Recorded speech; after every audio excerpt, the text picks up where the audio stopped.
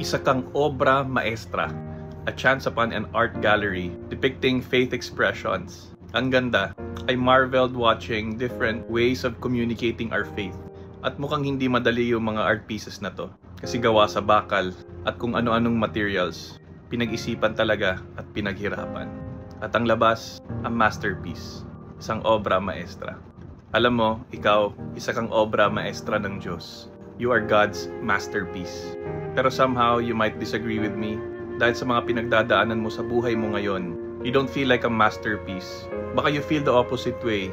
You feel like you're nothing, or you feel like a failure, or kaya basura. At dahil na rin sa kasalanan ito, it really separates us from the truth. It separates us from God.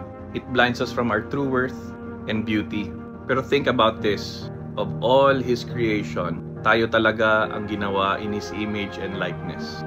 We are created with all His love, and He also gave us freedom to make this love true. Kaya mahal ka ng Diyos. You were fearfully and wonderfully made. Kaya if others make you feel like basura, hold on to what is true. Ikaw ay gawa ng Diyos, and you're meant for greater things. You're meant to live life to the fullest, and you were created for a purpose. And at the foundation of this purpose is to know, love, and serve God. Diyan mo mailalabas ang iyong pagka-obra maestra.